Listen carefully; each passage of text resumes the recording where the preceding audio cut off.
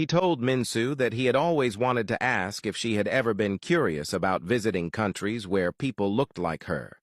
He explained that if he were an Asian living in an African country, he would have definitely wanted to visit an Asian country just to experience being around people who resembled him. Minsu admitted that she had thought about it, especially when she was growing up and going through hard times. She had wondered if she would have been treated differently in a different country. Wubin moved closer and stared at her for a while. Minsu, noticing his gaze, asked why he was looking at her that way. He laughed a little and told her that he had been to a few African countries and that she looked like she was from Kenya. Minsu laughed and stated that she had always thought she looked South African or West African. Curious, she asked Wubin what Africa was like and whether he had enjoyed his time there. Leaning back in his chair and taking a gulp of his wine, Wubin told her that the first thing he had noticed was the women and how incredibly beautiful they were. He shared that when he returned to Korea, he had tried to find women like that, but couldn't. When he first saw Minsu, she had reminded him of the beauty of black women and the time he had spent traveling in Africa. Minsu laughed and jokingly told him that he had a type. She then stood up and walked toward the deck, smiling as she admired the breathtaking scenery. Wubin sat there watching her, knowing that he had to let go of whatever feelings he had for her.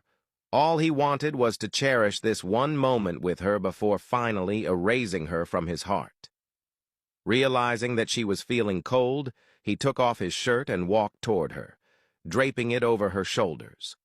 Minsu turned around to thank him, and their eyes met. Wubin's heart skipped a beat, and realizing how he was feeling, he immediately excused himself and went to the bathroom. Meanwhile, Sun Jin had arranged for his father to meet Minsu's father, as his father had requested. They were to meet at a Korean pub where Minsu's father sat waiting.